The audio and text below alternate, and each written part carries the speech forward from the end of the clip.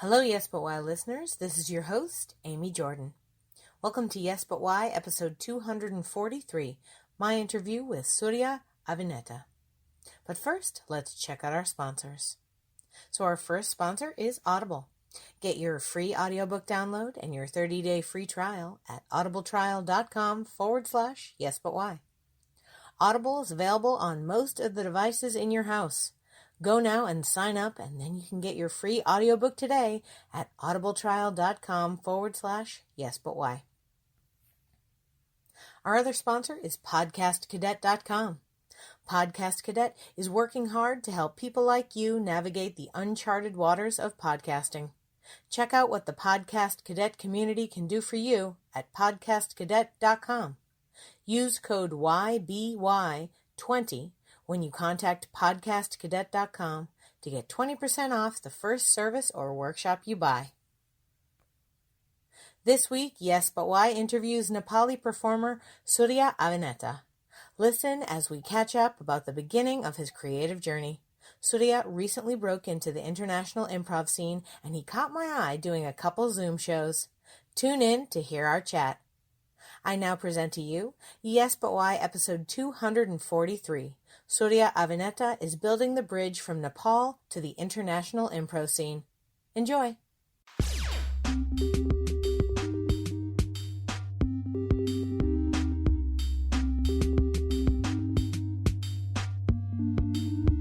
I'm Amy Jordan, and this is Yes But Why podcast. Yeah.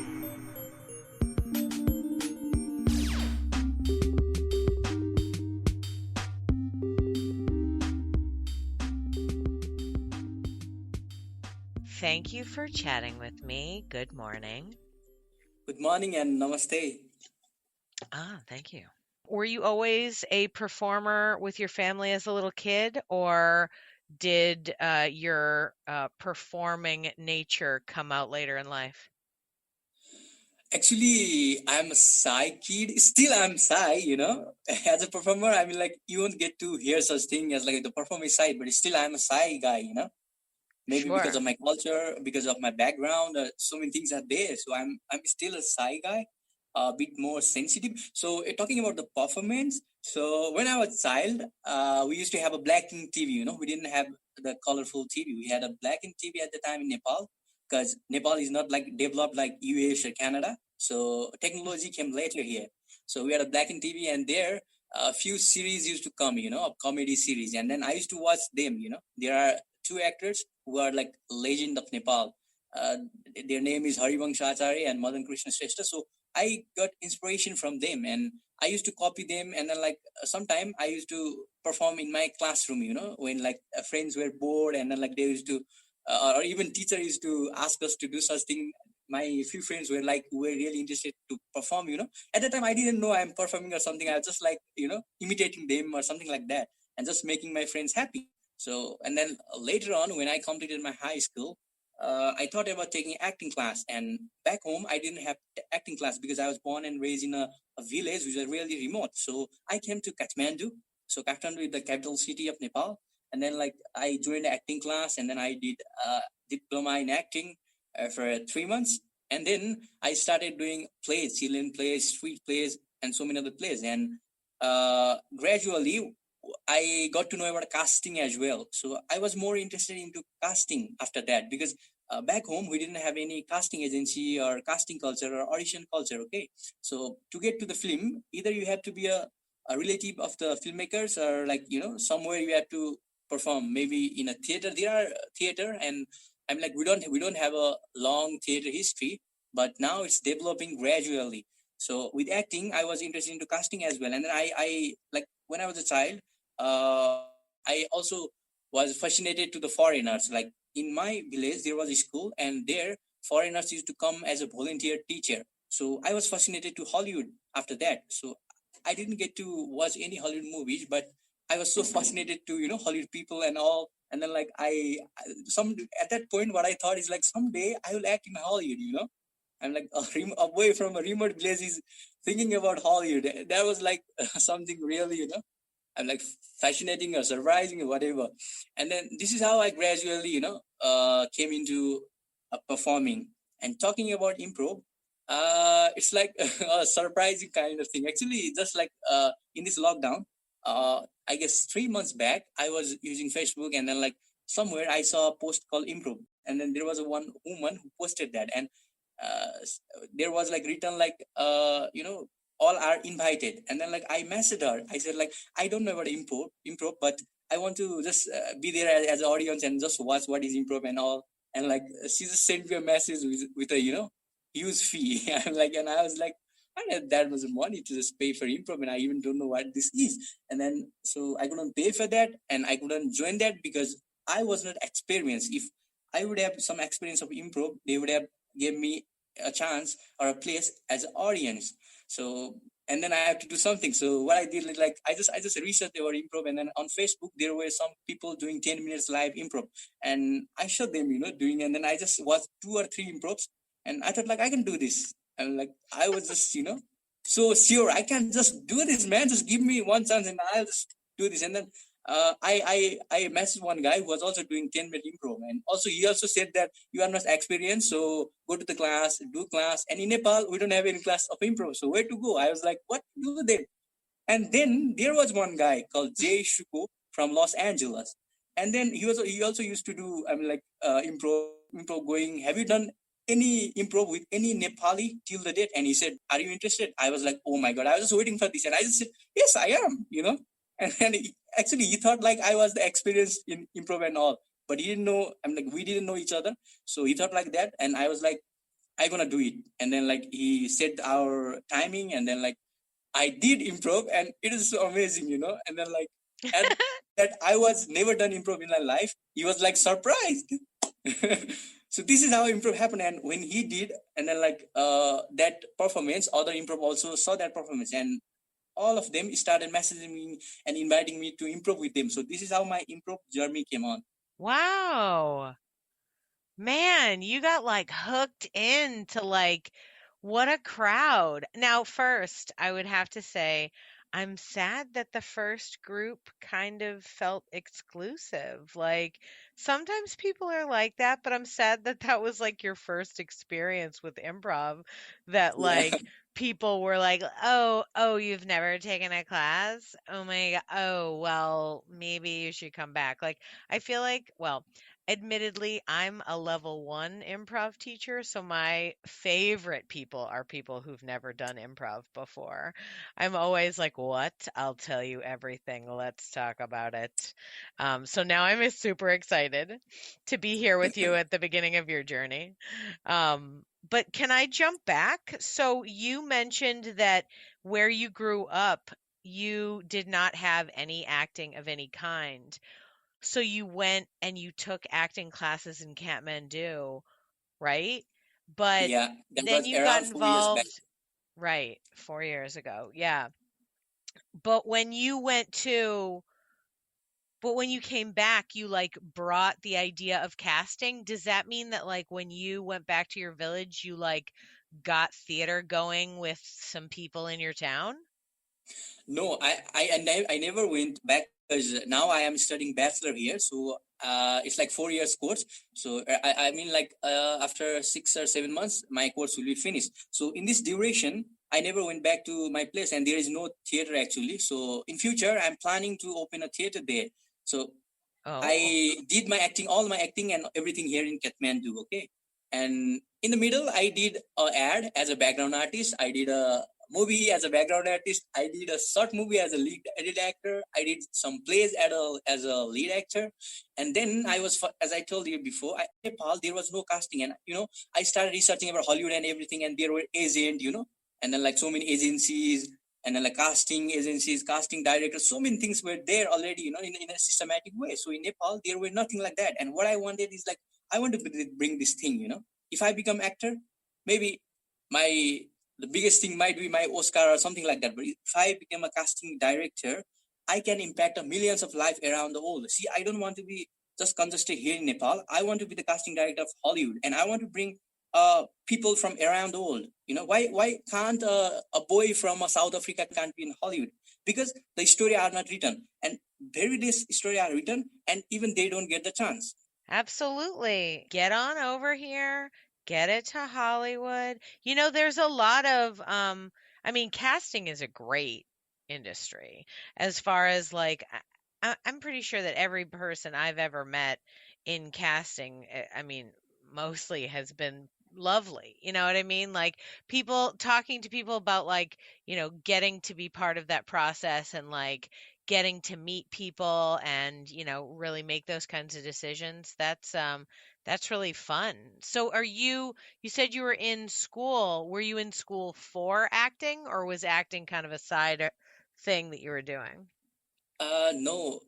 Back then, when I was about to study bachelor, because I just finished my high school and I came here, Kathmandu, did my diploma, and then I had to join a bachelor. So bachelor is like 4 years. So I researched about the colleges. So back then there were not so many colleges, which were providing the course of filmmaking or acting or like that. And even I was like in Kathmandu, I was a new kid. I didn't know much about the places and everything. Since my childhood, I was like a guide. As I told you before, there like foreign volunteers used to come in a school of my village. So I used to guide them. I never knew English language at that time. I even did not know good morning or good afternoon. I just used to go to them. I even didn't know hi, hello. I just used to go to them, and what I knew is like what I was taught in my school is like the first sentence I was taught in my school in English was, "What is your name? In which school do you read?" Like that. So I used to go to them, and even if they have already done the PhD, what I used to ask them is like, "What is your name?" And then in which class do you read? Like that. What is your roll number or something like that? And it was like funny, and they found me so funny to speak with me, and they used to come and speak with me, and this is how I was able to speak English. So you learned English from having conversations with these guides that came through your town? Yeah, mostly yes. Wow. Like they were taking people on tours of the mountain? What were they guides of? No, no, no, no, no. They didn't take any. Like they used to be the volunteer there. So I was like expert of my village because I knew every jungle, I knew every tree, I knew every river and everything. So I just used to go to them and then ask like, "What is your name?" First sentence was like that. This is how I started my rapport building, and then they will tell their name, and then I will ask, "In which class do you read?" And then they will find it funny, because they have already finished their academic and everything. I didn't know because I didn't know what to ask. I just asked that, and this is how our conversation is started. And like little bit, like, and then like I used to so like this is river, this is a tree, and then I used to guide them around the village. You're so friendly Yeah, and gregarious. You're like, I love how brave you are walking up to these people like, yeah. "What's I up? used to Hey." invite them, help them, eat like Nepalese cuisine and all. So you mentioned that you had been in a bunch of different, film, theater. You're doing all sorts of performances. Which do you prefer? Do you prefer on stage or in film? Or I guess the third option is online doing Zoom stuff, which you've done now. I mean, like I love everything. It's not like specifically I love everything. Stage, because you are going to perform anywhere you do, you're gonna perform. So I love doing anywhere. Did you always know that you wanted to be a performer? Is it something that you really connect to all the time, or is it sort of you happen to find it? It actually gradually happened. Yeah, tell me more about that. Like I said, I was in the childhood, I was fascinated by those actors, and later on, I wanted to build my career in film or performing or art field or whatever it is. So then I joined the class, and you're asking me what you did in bachelor. So in bachelor, I joined bachelor in tourism because I didn't know many colleges doing filmmaking or acting back then. Okay, so why I did join tourism, I told you as I was a guide since childhood, and what I found is like Nepal is so beautiful. So what you can do is like location management in Nepal. Like there hasn't been many international film that were filmed in Nepal, but this is like a natural film set. Nepal is like a natural film set. Okay, so that's why I joined tourism. And talking about acting, like it actually gradually happened. Like I was fascinated by those actors and things like that. I mean, like gradually it keeps happening. Yeah. You mentioned wanting to do casting so that you don't just help yourself, you help a larger group of people, sort of like, see different actors and, give people different opportunities. What makes you want to, help so many other people and not just yourself? I don't know, maybe I was from my childhood, but what I feel is like I mean, like, I haven't watched many Hollywood movies or any international movies, but I feel is like there can be some character from, another country or another place, you know. I feel like that, and I feel like they are not getting the chance. So I can be the breeze to them. There has to be someone who has to do something for somebody. I think this is the perfect time for me to do casting. If I keep doing acting, I mean, like, I can't impact more life, but if I do casting, I can definitely impact many lives. Yeah. Now, when you go back to, you mentioned going back to your village and starting a theater, are you gonna, do you have friends that are interested in doing theater? They just haven't had the chance? Yeah, because there are like few directors who came from my place, but maybe they didn't go back there, maybe because they got opportunity and all facilities here. So I want to, like, again, be a breeze for them as well to get them back there, and make like key like the artist feel or whatever. I want to make my place so that the opportunities that I didn't get when I was childhood, those students or the children can get now. Totally. Yeah, and you're absolutely right about the tourism angle of, Nepal being so beautiful. Why not film tons of movies there? Get up in there and then also find all the amazing local talent. That would be awesome. And you seem to be preparing for it by working from all angles. I think that'll be good for your larger business plan. So good on you for that. Yeah, I think like the more you know, the better you are. So Yeah. don't Yeah, leave any department. Just go on and keep learning. absolutely. You definitely do need to keep learning. Your journey into improv has been fun.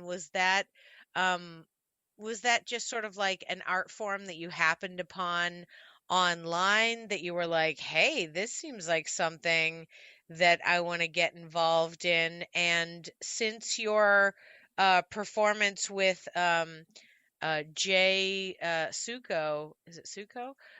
Yeah, How have you been involved in any other improv jams? I mean, I know that you and I connected on like I want to say like an international improv group. So you're making connections? Are you doing jams and stuff?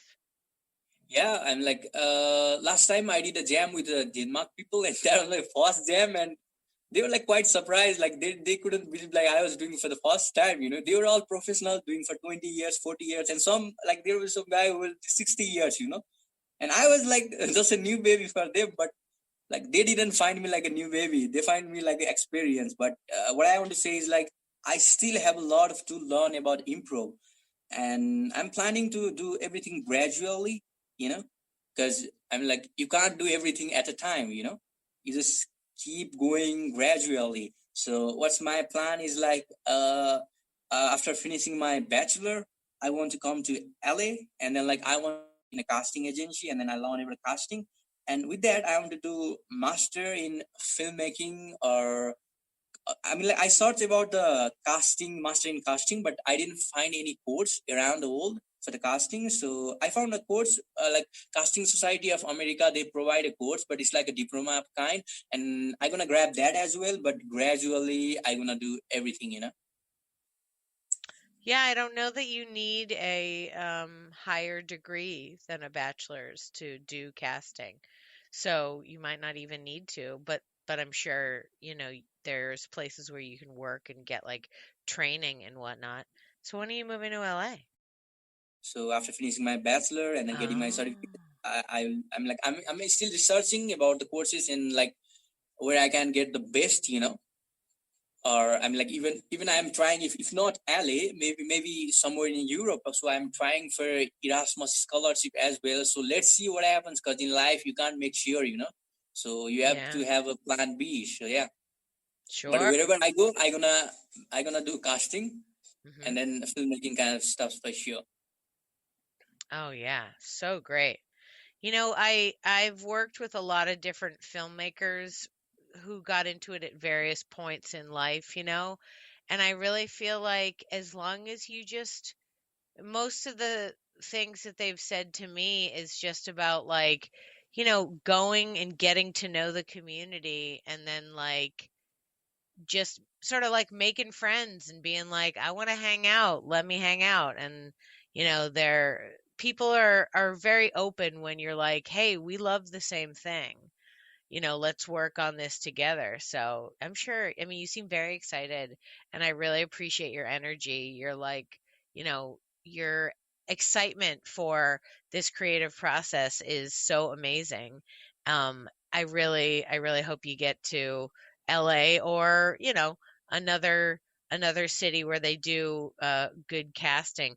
So yeah, I'm so glad that since you have gotten involved in the, you know, even though we're in this like super weird pandemic time, that you are able to connect with improvisers internationally and actually, work with people. Have you been taking workshops from improvisers, or are you like reading any books on improv? Right now, like it's like a gap, from improv, because I am preparing for my examination here. Right. So yeah, it's a little bit of gap, but I'll be back again. Sure. Are you like training just with practice, or are you like reading books or taking workshops? Like not right now, of course, because you're in the middle of exams, Yeah. but like Uh, later okay. or I previous, I actually guess. I got a scholarship from one improv theater from Australia for January. So I think they will be teaching online. So I'm gonna take that class. Yeah. Awesome. Yeah, there's so much more available these days. Like Yeah. everything's gone on Zoom, so now we can all take classes in like anything all across the world. Like, I have friends taking Shakespeare classes, in England, and I'm like, "What? That's amazing." Like the doors for education are open, and we can just soak up as much as we possibly can. Um, so you're in school right now, you're in exams. Ooh, I'm sorry I've taken you away from exams. I hope you don't have to skip a No, class to that's talk to me. completely fine. Um, but you're getting your degree in tourism, you said? Yeah. Interesting, interesting. Is there a lot of work in marketing there? Like how to market stuff and convince people to travel? Uh, right now, you mean? No, I mean like in your classes. In our classes, like we get to learn about the ticketing stuffs, and then like not that much about advanced marketing and on. So, Mm, but yeah, tour operation and something like that. Yeah. interesting, interesting. What are, like projects that you've worked on? I saw that there was a short film somewhere along your timeline. When did you get involved with doing short films? It was 3 years back, and there were like people whom I knew, not very closely, but whom I knew, like normally. And then like there was one guy from Finland, Artu Horace. His name is Artu. So he messaged me saying we are making a short movie for a film festival, and a director from China is directing, and I am going to be the cinematographer and helping the script, and then there will be a guy from Nepal who will be doing production everything.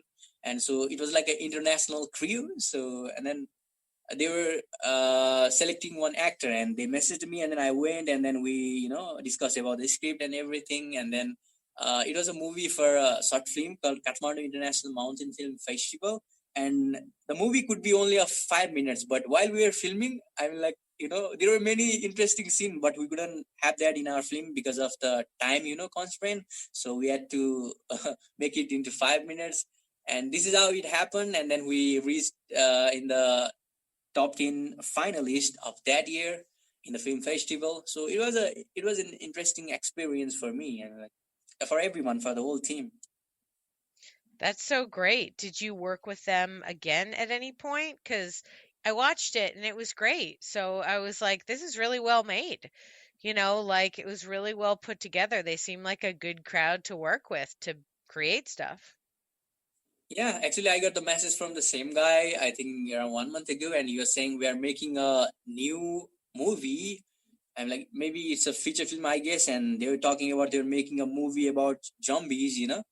So, and they were even asking if you could be the part of the movie and all. And I said, yeah, if I have time and everything, I would love to be a part of it. And whenever they will start filming, they will definitely invite me. So yeah, and then we'll discuss what we can do. Yeah, and then like after that, I even got a opportunity to assist the casting directors. They were international casting directors from India.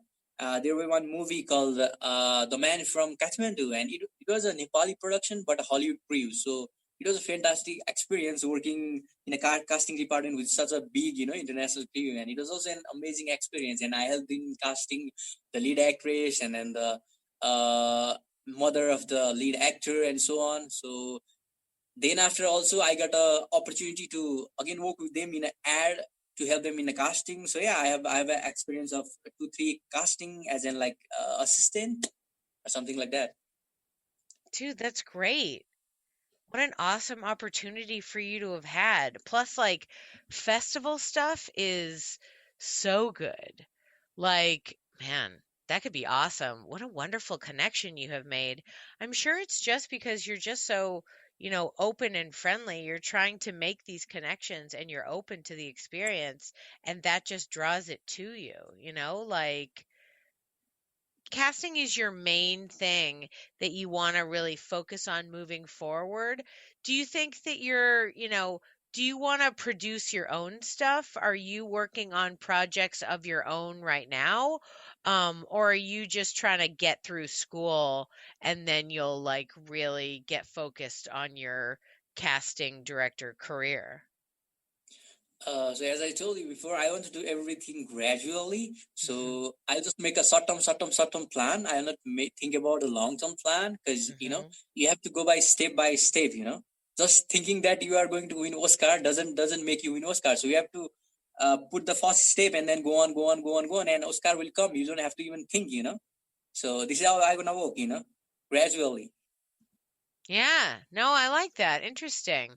I think that that's an interesting way to look at, life. Short-term goals. Maybe it makes you feel a little better, a little more accomplished with short-term goals because you can get them done, as opposed to something that's further out and then it's like, it'll never get there. Yeah. Have you always thought that way? Have you always been that sort of smooth and as far as like, cool with short-term goals, staying focused on the present? No, back then I used to think like a long term goal, but later on I realized that it's not going to happen like that. You have to step on, gradually. And then like now I am like this. Yeah. You're wiser now. I see that. I see that. But I mean, it's true. It's really sort of a smart way to manage everything that's going to go on in the course of, your entire life. The interesting thing about being a creative is that, you know, there's lots of different things that are going to come up. There are lots of different kinds of jobs and opportunities, and you kind of just have to mine each and every interaction for, as much education as you can get out of it. I mean, that way, no matter what happens to you, you'll learn from every experience and you'll have fun along the way and not be so focused on this faraway goal that you might not get to for 10, 15 years that it like ruins you having a perfectly fine time. with the rest of your life.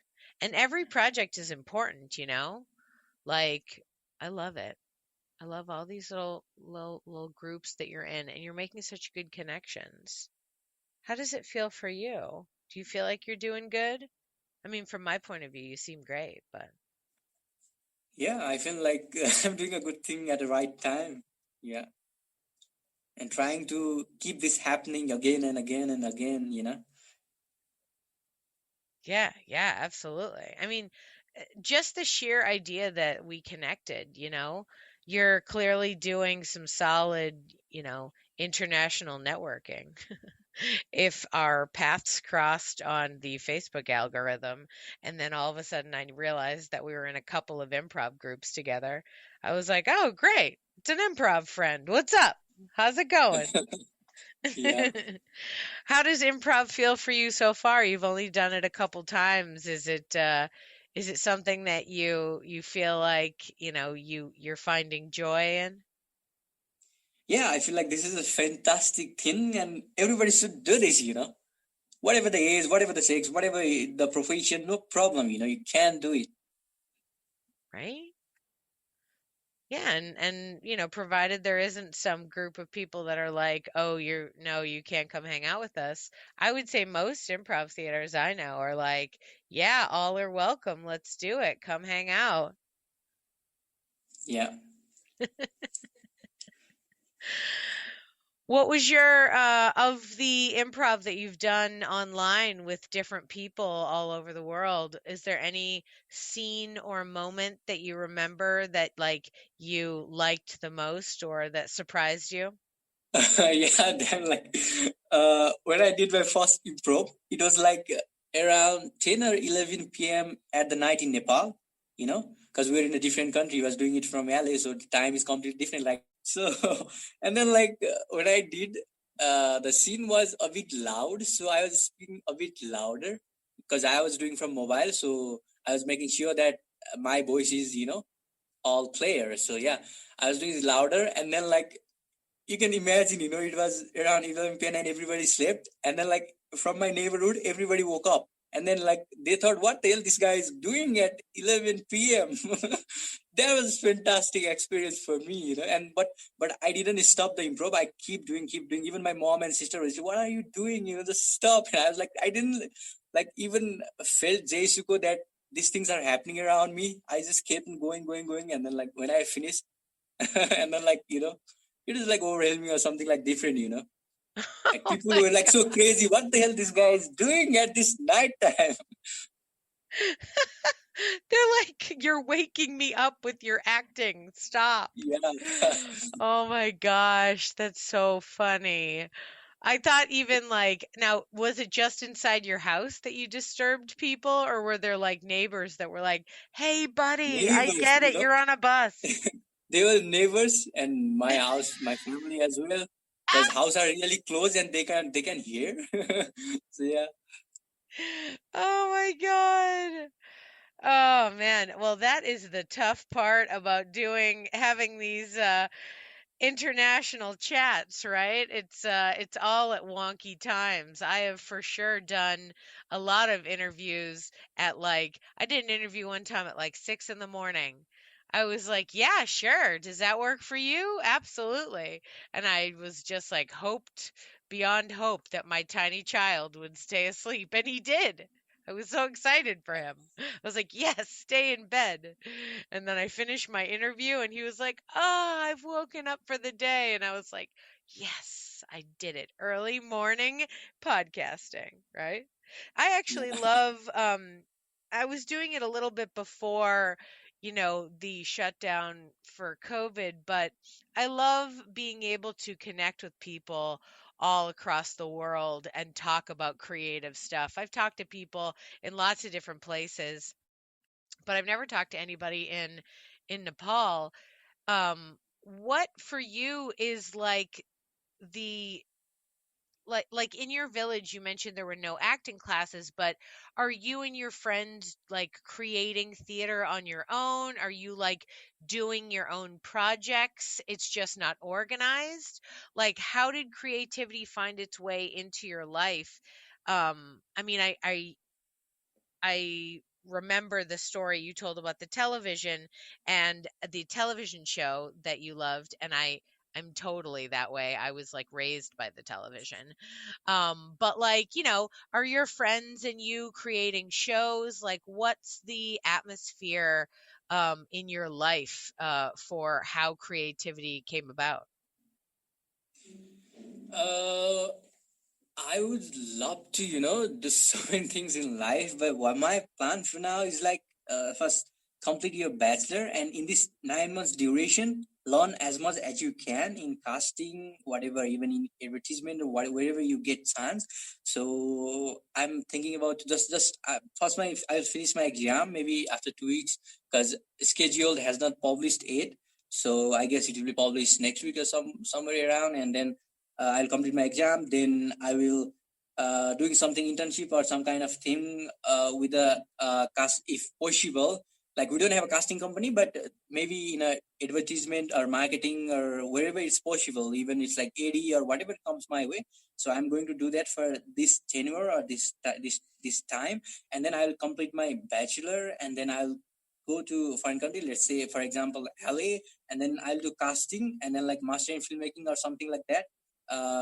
Two things there, and then after finishing my master of 2 years and my casting internship and everything, I will just be back to Nepal, and I will bring a casting culture here, and if possible I will bring improv culture as well at the time, and theater and everything. And when I came to Nepal, I will do such things here in Nepal, and then like I will try to grow myself, and then like make international collection, and then like do some international films, and then casting and such kind of things.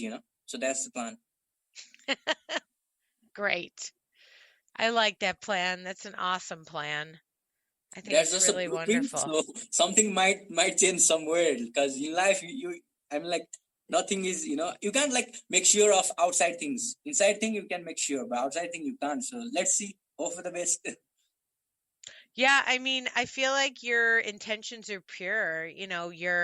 You're mostly just trying to like learn how to do cool film stuff, and then you want to bring the knowledge back to other people in your town. And I feel like, nothing sweeter and better than that than to like get to do something that you love and then share it with people, right? So, for sure, I like the idea of your whole journey. I really I like want you to write a book about it so that like, as you go through and you're working at like casting agencies and like whatever that experience means to you, I bet you it would be I would just love to read the whole like what you felt and like how it was for you and different things like that. Just because like you have a bubbling energy, and it's great to hear you talk. Like I'm like, tell me all of your goals because I'm excited for you, and also like you seem so gung ho, and I'm like supportive of your jubilance. So I'm just so into it. Um, I also really want you to write this book. Well, that's okay because you can be a novelist too. You're all the things. You're very creative, right? That might be after 50 years.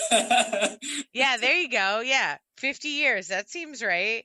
Absolutely. Long-term / short-term goals. Like, I'll get to it. I'll put it on that page of my to-do list. When I turn 50, I'll write my novel. Um, What's your age now? so for you, like you've done really well to get yourself out there in the world and get involved in film and sort of like you seem very driven about what you want to do going forward.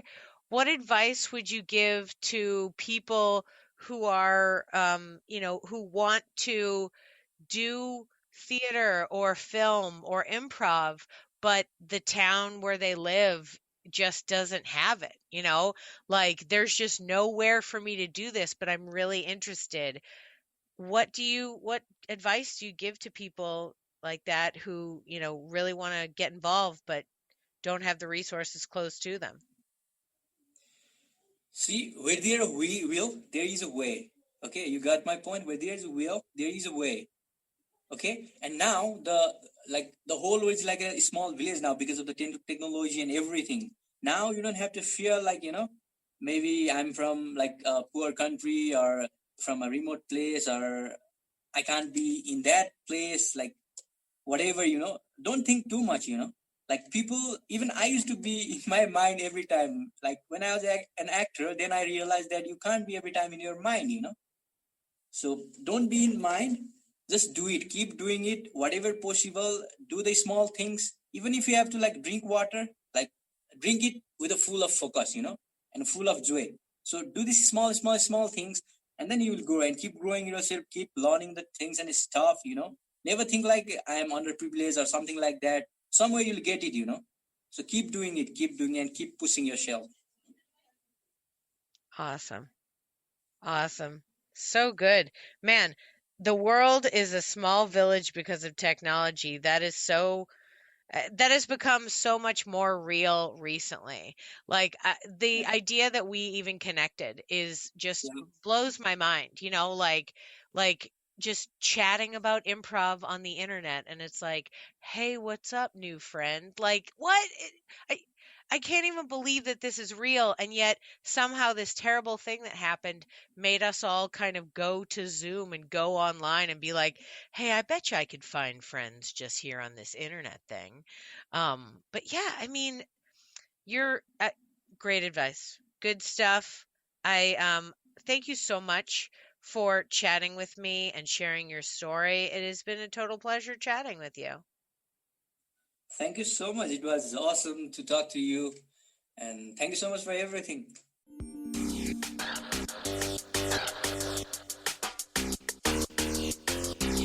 Thanks for listening to Yes But Why Podcast. Check out all our episodes on yesbutwhypodcast.com or check out all the content on our network, HC Universal, at hcuniversalnetwork.com.